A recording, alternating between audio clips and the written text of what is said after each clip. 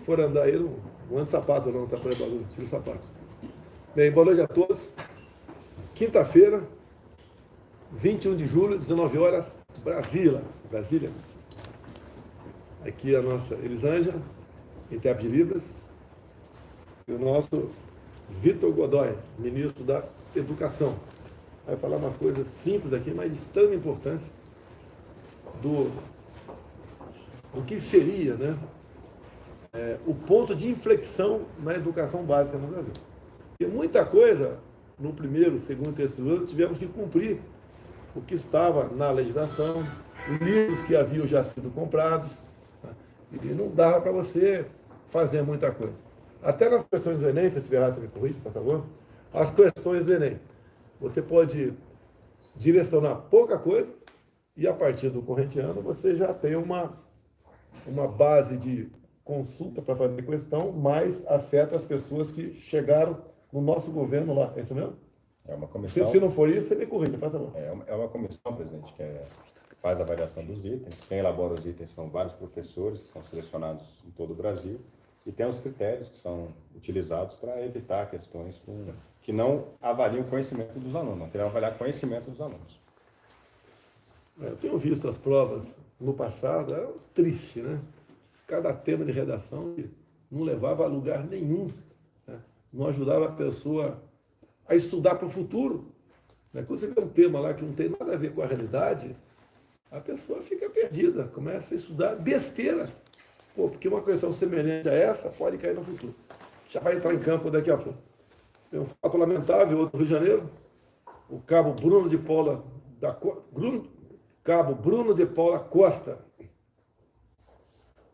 faleceu, vitimado aí por confronto com bandidos. Ele que estava na unidade de polícia pacificadora, UPP Nova Brasília. Foi socorrido, não resistiu. Tinha 38 anos, deixa viúva e 2 filhos portadores do espectro autista. A fotografia dele, até quando eu vi aqui, me emocionei, né? Porque meu colega paraquedista deve ter feito o curso enquanto serviu em alguma unidade da Brigada Paraquedista. E até no corrente ano, no próximo curso agora da Brigada, nós oferecemos para a Polícia Militar 20 vagas e algumas para o Corpo Bombeiro Militar, começam a fazer curso PQD lá. Então, nossos sentimentos à família, lamentamos o ocorrido. E, obviamente, né, até hoje, o Rio de Janeiro tem área de exclusão, onde a Polícia Militar não pode agir, por decisão do Supremo Tribunal Federal. E a bandidagem cresce nessa área. E a Polícia Militar fica com dificuldade para combater esses marginais. É algo parecido quando a gente via filme de cowboy no passado, quando alguém cometia um crime nos Estados Unidos, né? E ele fugia. E quando chegava no México, a patrulha americana não podia entrar naquele estado e ele estava em paz lá no México. Aqui, a mesma coisa acontece no Rio de Janeiro. Nessas áreas protegidas por decisão do Supremo Tribunal Federal, e protegidos, quanto mais protegidos, melhores armados eles vão ficando, e quando entram em ação, o lado de cá, que é o lado da lei, por muitas vezes sofre baixas, como aqui do prezado paraquedista, aqui o cabo de Paula. Então, nossos sentimentos aos familiares, tá? Que Deus conforte aí, acolha o de Paula na sua infinita bondade. Vou passar a palavra daqui a pouco para o nosso ministro. Curiosidade, hoje foi mais um dia de revogaço. O que é o revogaço? Cada 100 dias te revoga, a gente contabiliza, né, tudo que foi revogado nesses últimos 100 dias. Alguém me boicotou aqui, eu estou perdido aqui.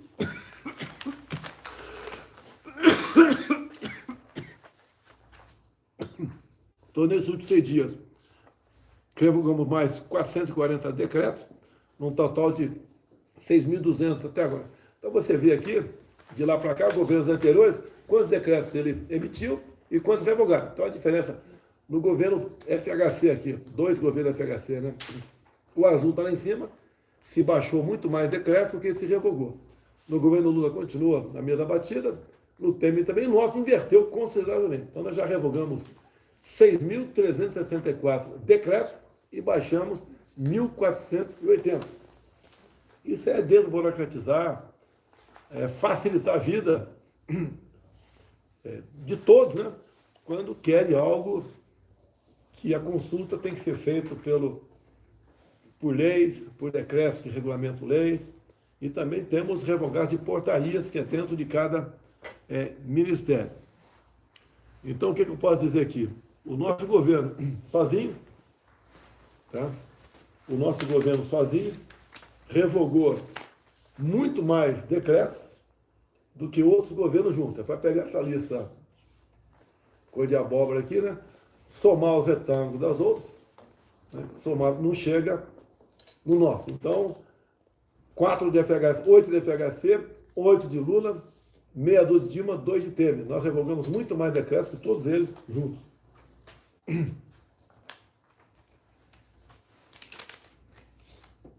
Tem subido bastante no Brasil a permissão para compras de armas de fogo.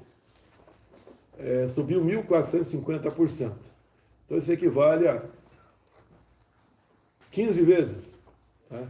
Desde 2018, nós assumimos em 2019. E esse aumento da venda de arma de fogo no Brasil, diferente do que pregavam lá atrás, tem levado à diminuição da violência no Brasil. 2016, por exemplo, morreram no Brasil de forma violenta, a grande maioria por arma de fogo, 61 mil pessoas. O ano passado, passou para 41 mil pessoas, ou seja, diminuíram 20 mil mortes. O que acontece com arma de fogo? Inibe, a pessoa fica preocupada, será que eu vou, aquela casa lá, escondida lá, eu vou chegar metendo o pé na porta, com a certeza que não tem ninguém armado lá?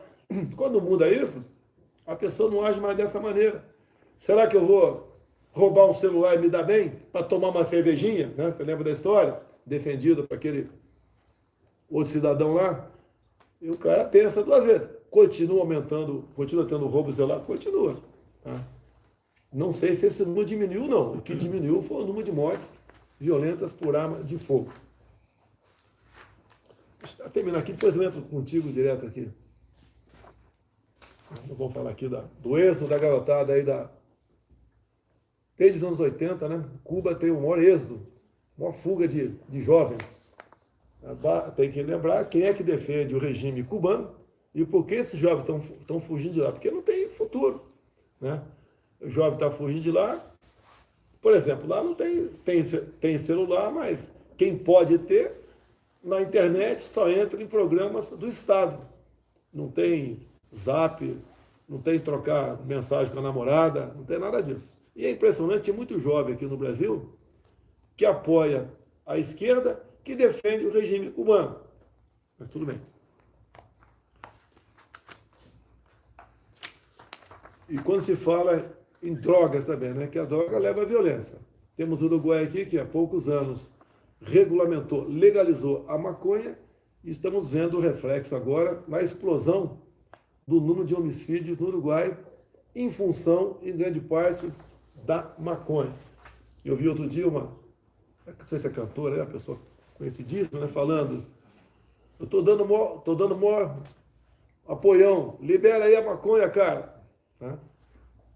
Cobrando, obviamente, o apoio que eu estava dando para o cara, porque ela apoia o cara politicamente e o cara, por sua vez, tem a contrapartida para liberar as drogas. Nós sabemos que esse pessoal de esquerda, né, quase todos, são favoráveis à liberação das drogas.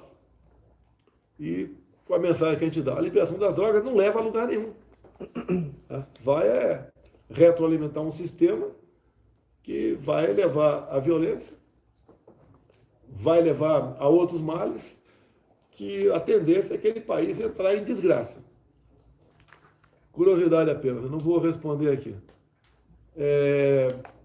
As pessoas que dirigem, né, que, por exemplo, uma fuma maconha, outra não fuma.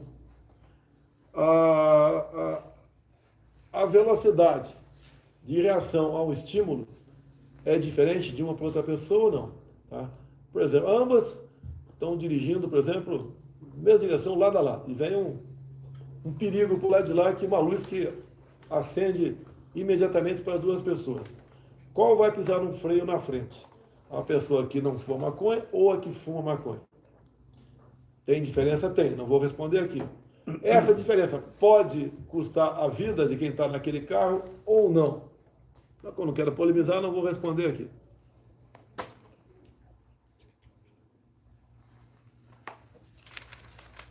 Vamos lá? Como é que está o ProUni? Fala com a gente rapidamente o ProUni. Presidente, a gente fazer o anúncio aqui, tem muitos estudantes esperando o anúncio da data de inscrição, tanto do ProUni quanto do FIES. Então aqui, presidente, primeira mão, né, as inscrições do ProUni vão estar abertas no site do Ministério da Educação de 1º a 4 de agosto e as inscrições do FIES de 9 a 12 de agosto, presidente. Está tendo muita gente procurando FIES?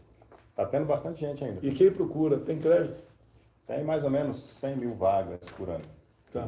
Essa média está constante nos últimos anos? Nos últimos anos, sim. Tá, então a média, 100 mil vagas anuais. Tá, aqui outro dia eu vi os caras falando, ele cortou o dinheiro da saúde. Alguém cortou o recurso para o FIES? FIES não. Não tem nada a ver. É empréstimo direto no Banco do Brasil, Caixa Econômica. Não é dinheiro orçamentário. Então não tem como cortar dinheiro do FIES. É isso mesmo? Houve uma redução, presidente, lá de 2014, depois da crise financeira, mas essa redução ela tem se mantido estável em 100 mil vagas, mas tem sobrado vagas. Né? Eu acho que a gente precisa discutir, inclusive, uma nova política de financiamento estudantil, porque essa política ela está realmente sobrando vaga por conta dos juros e dessa dificuldade também que os alunos têm de pagar. E por isso que o senhor fez aquela medida provisória para renegociação das dívidas. Então a renegociação é até 99%? Agora até 99%, começando em 1º de setembro. Tem aproximadamente 1 milhão e 200... 1 milhão e 100 mil. 1 milhão e 100 mil jovens que devem, tá? Pode procurar o Banco Brasil Caixa Econômica e renegociar essa dívida com desconto de até 99%.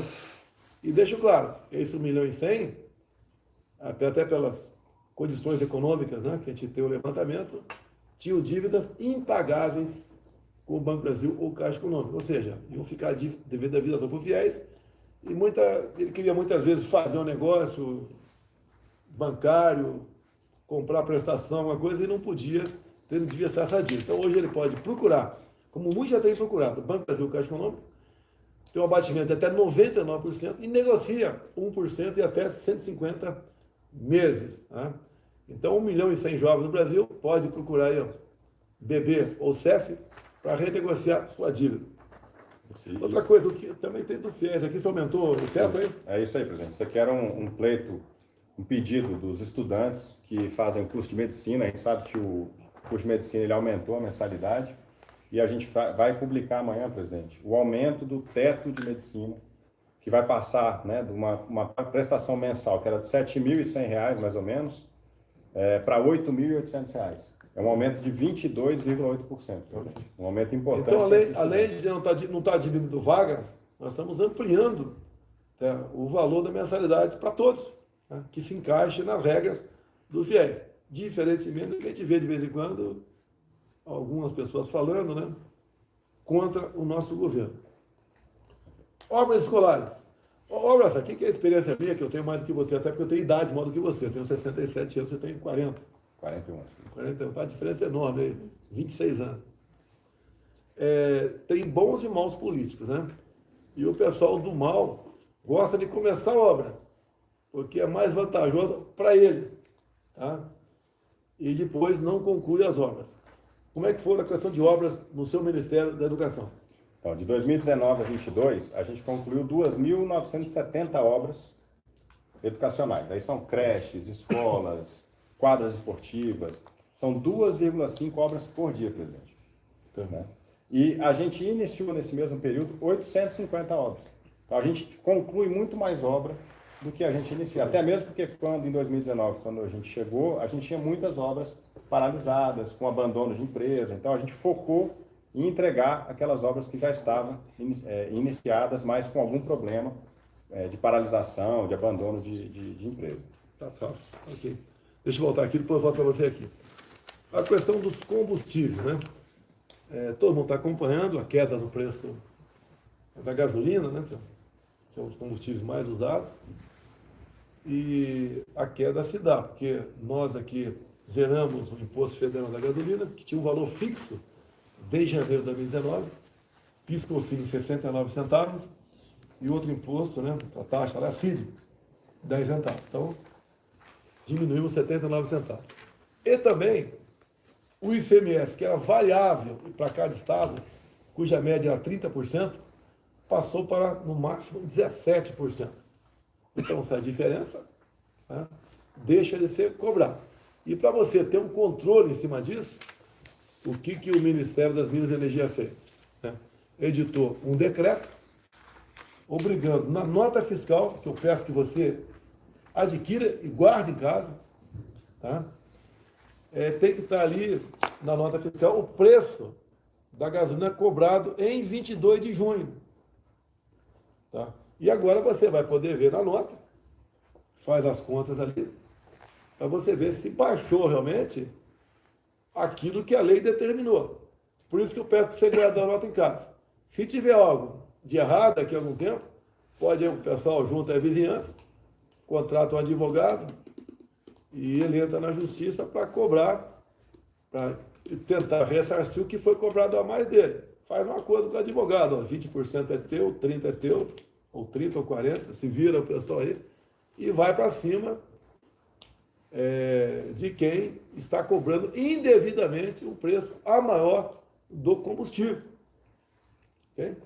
Gasolina, então, a média de queda no Brasil está próximo de R$2. Logicamente, no Nordeste, a queda está menor, não sei por quê. Foram os estados que entraram na justiça contra a redução do ICMS.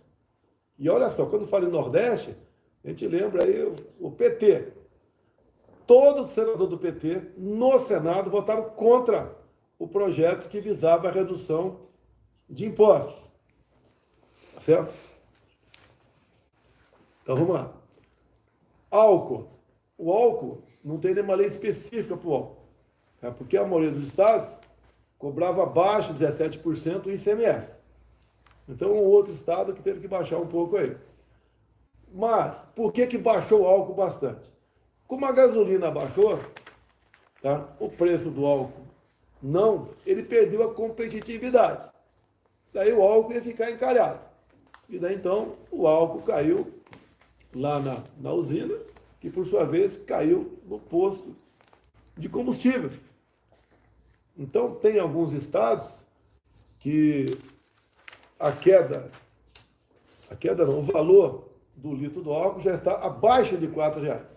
Né? Não é o estado como um todo, é o estado cujo posto está próximo a uma usina. Vou explicar por quê. Aí, outra coisa que meu governo fez. Até o início desse ano, existia o etanol turista. Vou falar já etanol turista? É aquele que saía daqui, ia para lá e voltava para cá. Tá?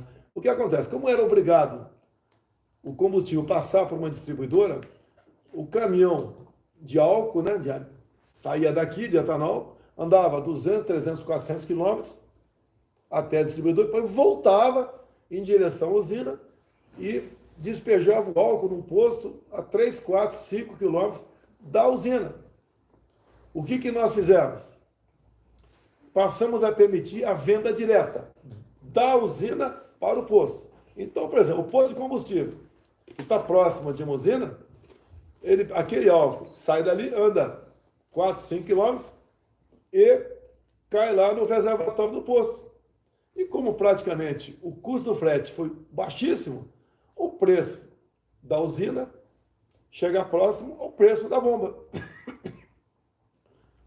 Por isso que os estados produtores, tá, cuja usina tem proximidade do posto de gasolina, nesses postos de combustíveis o preço está lá embaixo.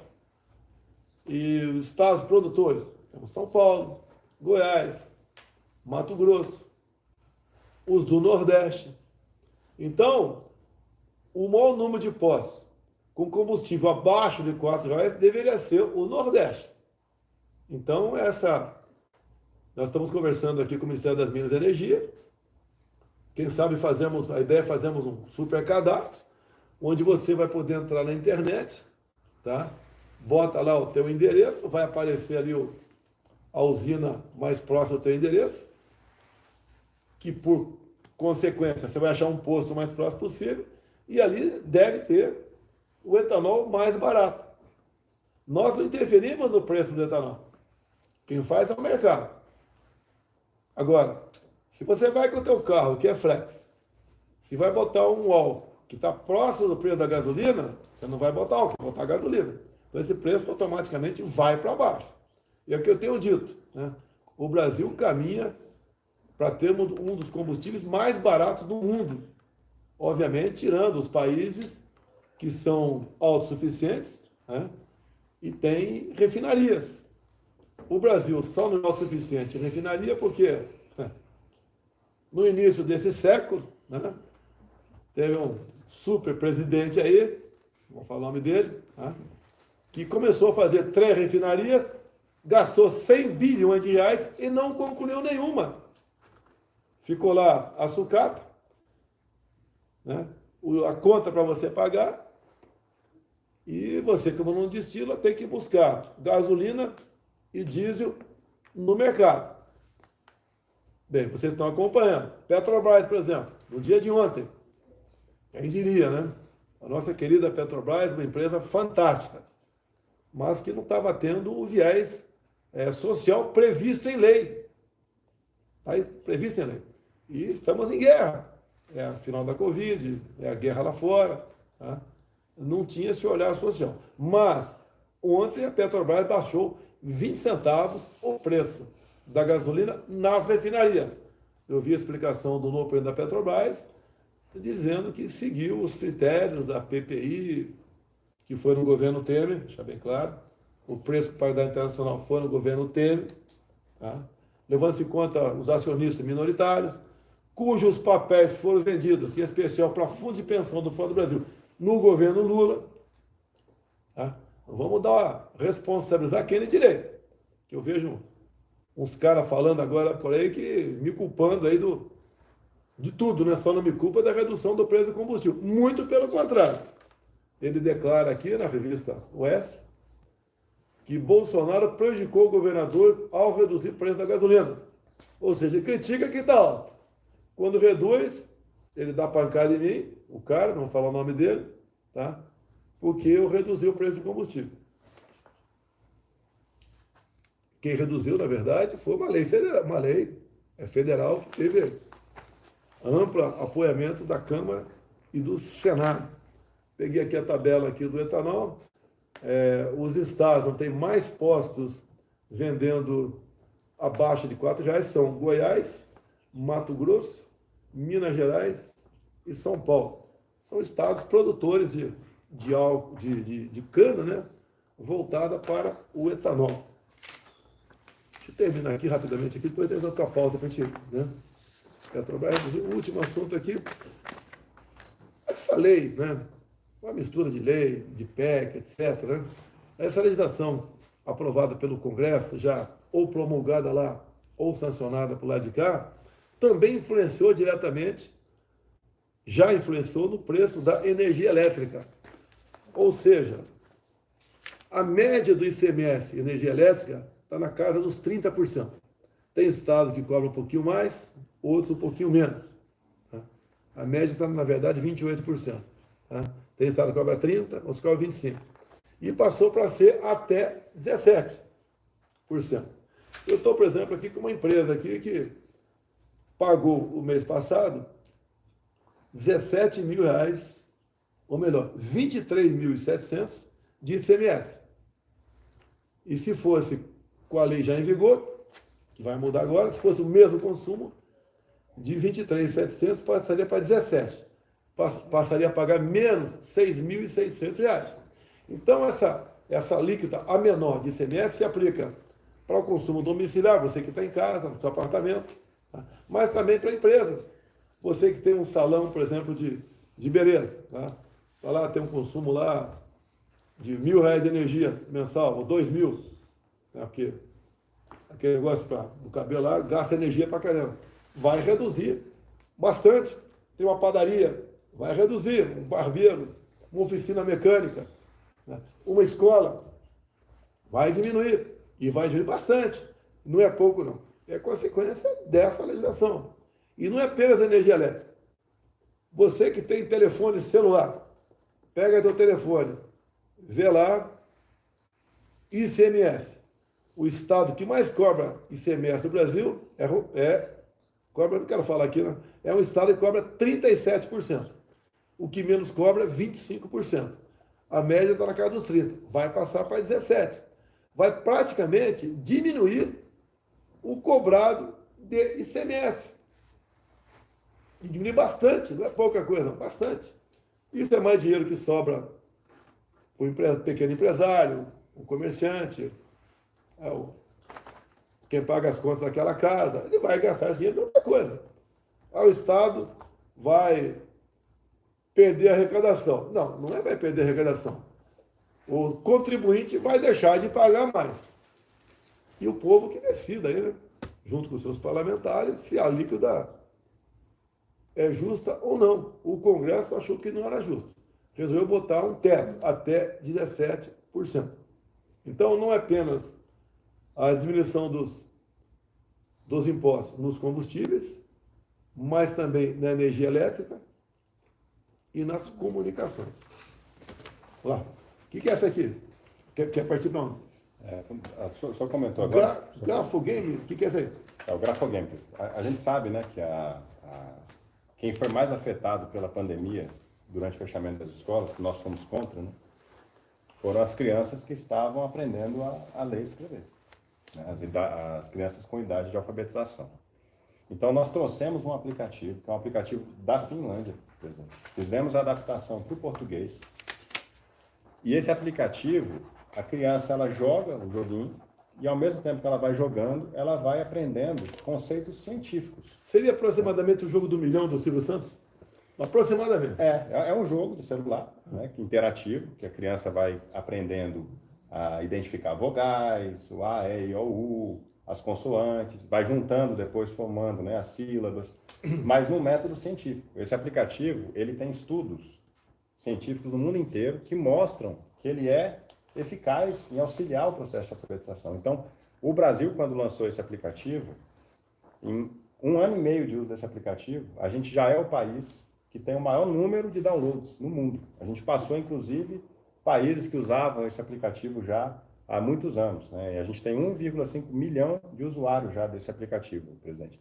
E ele foi muito útil para as famílias. A gente tem vários relatos de famílias que falaram que as crianças não podiam ir para as escolas, porque elas estavam fechadas, mas com o aplicativo eles conseguiram começar o seu processo de alfabetização e não perder tanto tempo na educação. Você falou em fechar escolas, né? Praticamente tudo foi fechado no Brasil, em especial as escolas. Eu, como chefe das Forças Armadas, não permiti que as academias militares fechassem. Então, a Academia Militar das Agulhas Negras, Escola Naval, Academia da Força Aérea, não pararam suas aulas presenciais. Ninguém sequer foi para o hospital. Tá?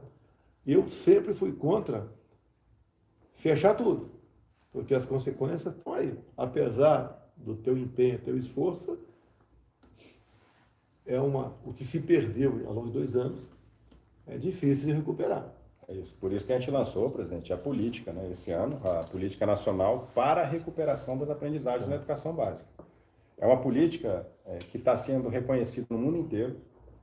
Todo fórum internacional que a gente vai, o Brasil ele tem posição hoje de destaque, porque o que nós fizemos, muitos países do mundo não fizeram, a maioria não fez.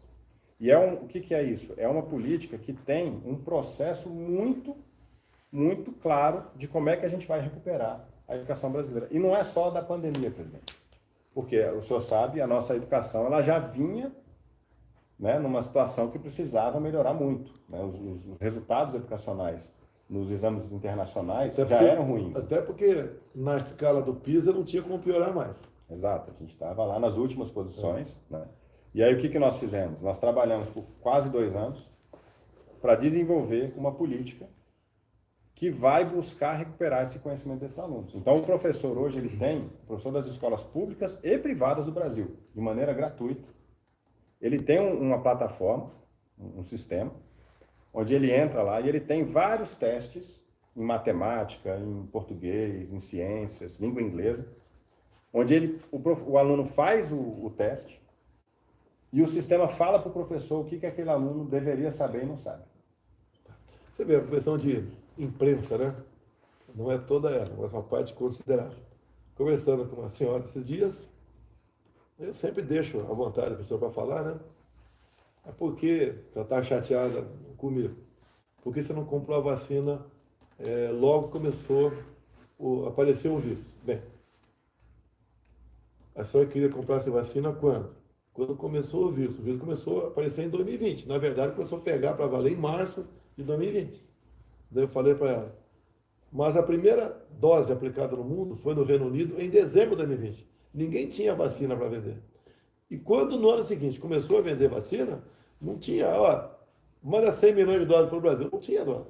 Era em conta-gotas, né? E o Brasil fez a sua parte. Nós compramos, né, mais de 500 milhões de doses de vacina. Então, em 2021, eu não tenho de cabeça aqui, mas todo mundo que queria a vacina teve acesso a ela, e de forma voluntária. Eu não obriguei ninguém a tomar vacina. Eu não falei, quem não tomar vacina, o filho não pode se matricular à escola, ou não pode, vai ser demitido do emprego. Nós não fizemos isso aí. Nós fomos pela liberdade. Então, o Brasil comprou vacina para todos aqueles que queriam tomá-la. Nenhum governador comprou uma vacina. Se o teu governador fez festinhas, e teve muitos governadores que fizeram, está mentindo. Toda a vacina foi comprada pelo nosso governo. E foi aplicada no que dependeu do governo de forma voluntária. Alguns governadores exigiram a vacina para buscar um serviço público, até para retirar a carteira nacional de habilitação. A Bahia foi um dos estados que mais impôs, né, medidas para obrigar a pessoa a tomar vacina. Não respeitou a liberdade daquelas pessoas. E o nosso governo respeitou a liberdade. E todos aqueles que quiseram tomar vacina, tomaram. A responsabilidade é de quem tomou. Como diz a lei e como diz ali o contrato com a Pfizer. Tá? A responsabilidade é de quem tomou a vacina. Não me interessa quem tomou ou quem não tomou. Todo mundo hoje dia tem a sua noção da eficácia da vacina, no que ela colaborou ou não vou entrar em detalhe, tá? No tocante à pandemia. Pelo que tudo indica, a pandemia está controlada e, infelizmente, esse vírus aí vai ficar rodando pelo mundo. Não vai embora, como gripes outras rodam pelo mundo também. É isso mesmo, João? Isso aqui. Outra coisa aqui para você, Agamar. Qual o próximo assunto? O próximo assunto, a entrega dos livros. Livros, bem. Que são esses livros que estão comigo aqui? Aqui está escrito, conta para mim. Que são esses livros aqui? Conta para mim é um programa, né, da Secretaria de Alfabetização, que a gente foi criado em 2019, para dar um foco na alfabetização, que é um dos problemas da educação brasileira. E esse programa, ele tem essa iniciativa, que é uma ação conjunta do MEC, Ministério da Educação, com o Ministério da Cidadania, que tem um programa lá chamado Criança Feliz. Esse programa ele tem visitas que são feitas nas casas das famílias, que têm mães gestantes e que têm filhos até 6 anos de idade e que estão no cadastro único. Para poder fazer o quê? Passar a orientação para aquela família de como educar, de como ajudar essas crianças a se desenvolverem numa fase que é uma fase importantíssima, que é a primeira infância. É a fase em que o ser humano tem o seu desenvolvimento mais importante para se tornar depois um cidadão pleno. E uma das iniciativas desses livrinhos, presidente, para a gente incentivar a família na questão da leitura com os filhos. Porque já existem muitos estudos científicos que mostram que a leitura, mesmo para bebês... Para bebês? Para bebês também. Inclusive na barriga das mães. Né? Faz diferença depois no desenvolvimento cognitivo, no desenvolvimento do cérebro dessas crianças. Então, são 20 livrinhos que a gente distribui. E a gente capacita, a gente dá treinamento para essas equipes que vão nas casas dessas famílias, para poder orientar os pais de como usa esse material, como usar esse material. O tema aqui, né, me lembra um pouquinho, fui alfabetizado, você vê que eu já cheguei alfabetizado na escola, minha mãe, todo mundo foi para a escola já sabendo ler e escrever. Eu estou vendo os temas aqui que é parecido com a cartilha Caminho Suave. Está aqui, ó. A cegonha e a raposa, a lenda da Vitória Régia, o corvo e o jarro, João Magrelo, pode botar Pedro Gorducho também? Não é bullying, não? Não, não é não. A água da vida, bichos, coisas e lugares, voz dos animais. Olha aqui os 3 porquinhos, hein? Ó, falar em 3 porquinhos, daqui a pouco tem América de Mineiro e Parmeira, tá? Que vai ser o América contra 11 porquinhos, tá? Temos aqui comparar as coisas. Eu sempre falo, aqui, tá? Vazio cheio. Aqui tá errado, não é novo velho não, tá? Eu vou usar aqui eu não sei se é do Paulinho Gogó ou do Matheus Ceará.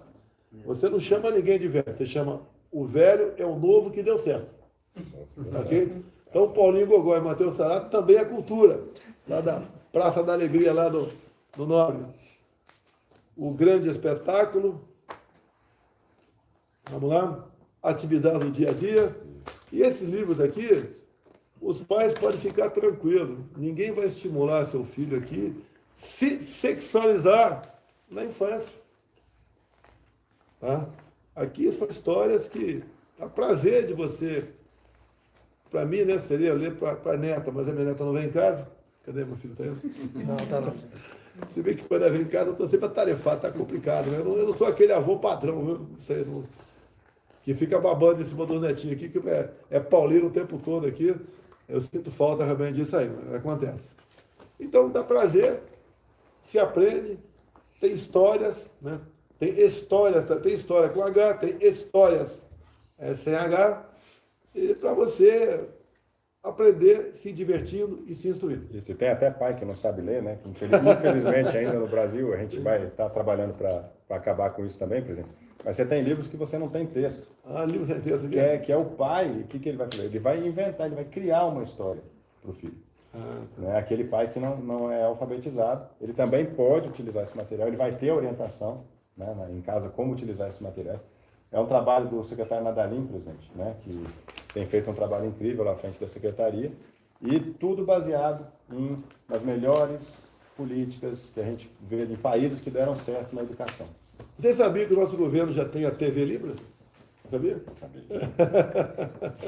Canal Libras. Talvez inspirado na primeira-dama, né? Exatamente. Que aprendeu Libras, levou muito tempão, aprendeu Libras. Alguns falam que ela aprendeu Libras para não falar alto comigo em casa, mas não é não, tá? Ela aprendeu Libras porque ela realmente se apaixonou e tem um carinho todo especial com as pessoas com deficiência, né? E a TV Libras foi uma inspiração dela, e a nossa TV agora oficial aí, eu não sei qual horário, e tem não sei quanto tempo a grade, 2, 3 horas, não sei, de Libras. Tem onde as pessoas que têm aí deficiência auditiva, né, podem acompanhar. São 2 canais que nós lançamos. 2 canais. O canal Educação, em parceria com a Rede ABC, Ministério da Educação com a Rede ABC, então são conteúdos educativos, de cultura, 24 horas por dia. E nesse canal você tem os espaços para o canal Libras. Mas o canal Libras também, ele tem a transmissão 24 horas na internet. 24 horas na internet. Para a comunidade surda, né? Conteúdos preparados para eles. Ministro, uma coisa mais? Podemos encerrar? Podemos encerrar, eu acho que... Pessoal, não temos o canal da Jovem Pan News, tendo em vista a lei eleitoral. Tá? Somos gratos ao programa Pingo nos Is, que eu peço a você agora, caso esteja assistindo, se estiver dirigindo alguma coisa, bota aí no Pingo nos Is, se estiver em casa, se estiver no banheiro também, sentado no trono, bota lá no Google e bota lá o Pingo nos Is, e o programa que vai das 18 às 20 horas, do Augusto Nunes e a sua turma aí. E quem está em casa, TV 576, a Jovem Pan.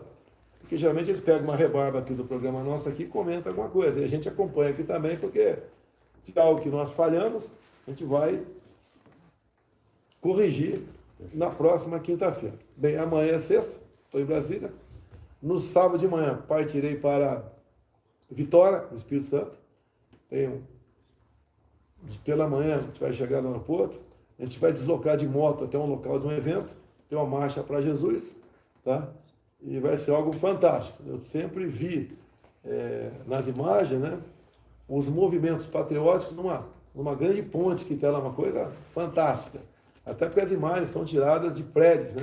Estão tomadas de prédios, uma coisa fantástica. E parece que o pessoal vai fazer esse movimento pela ponte e depois vai no local lá para realizar o evento religioso. Se Deus quiser estarem presentes, logicamente o dia é dedicado aí a louvar o nosso Deus. Mas, até o momento, como sempre acontece, de forma voluntária, tá? O pessoal comparece de moto, a gente faz um percurso. Fico muito feliz, agradeço antecipadamente a todos os motociclistas do Espírito Santo e região que porventura se fizer presente. No momento aqui nós temos, contando toda a nossa rede, Facebook, YouTube, Instagram, TikTok, na casa dos 100 mil pessoas nos assistindo. Com a Jovem Pan tinha quase o dobro disso, né? Então a gente calcula sempre que aproximadamente 400 mil pessoas, somando outros canais, tem a nossa linha direta aqui na nossa live de todos os dias às 19 horas, desde quando assumimos. Acho que falhamos uma ou duas vezes que estava voando e o avião que a gente usa aqui, a internet é muito fraca, você consegue apenas textos ou abrir alguma fotografia que leva algumas dezenas de segundos para abrir uma fotografia. Imagem é impossível. Então perdemos, acho que 2 vezes. Todas as semanas foram feitas. E toda semana nós fizemos. Algumas vezes nós passamos de quinta para sexta-feira, por questões que não dava para você fazer naquele dia, por das obrigações inadiáveis da nossa parte. Presidente, só me lembrando um detalhe.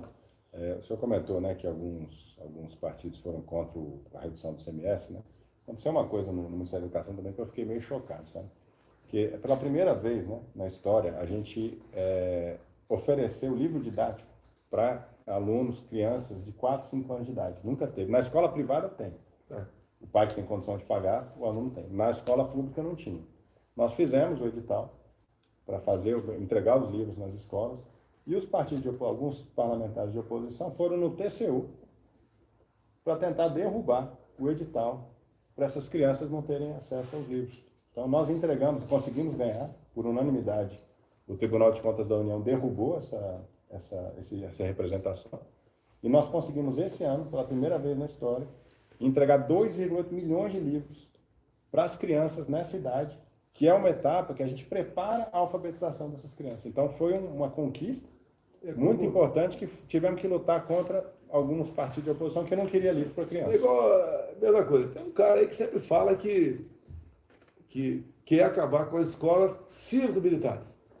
Tá? E, obviamente, colégios militares também. Agora, ninguém é obrigado a botar seu filho numa escola cívico-militar. E o que acontece?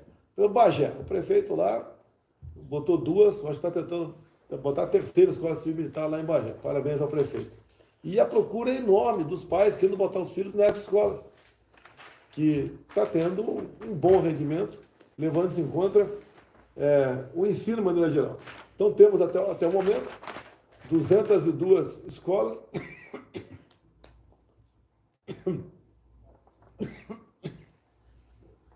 temos 202 escolas cívico-militares já instaladas, funcionando, e temos mais de 300 pedidos na fila de espera. E alguns parlamentares de esquerda, né, entram na justiça alegando absurdos para tentar tirar essa coloração de disciplina militar nas escolas. Eu já fui em algumas, temos excelentes escolas no estado de Goiás e Amazonas. Não é cívico-militar e nem militar, como você tem conhecimento das Forças Armadas. São escolas das polícias militares. E o desempenho dessa garotada em Goiás e no estado do Amazonas é fantástico, com aproveitamento muito superior à média, até de escolas particulares. Então, o que está dando certo, o outro lado quer sempre mudar. Pessoal, muito obrigado pela audiência. Até a semana que vem, se Deus quiser. Daqui a pouco tem o América contra 11 porquinhos, né? América contra o Palmeiras. Um abraço a todos aí.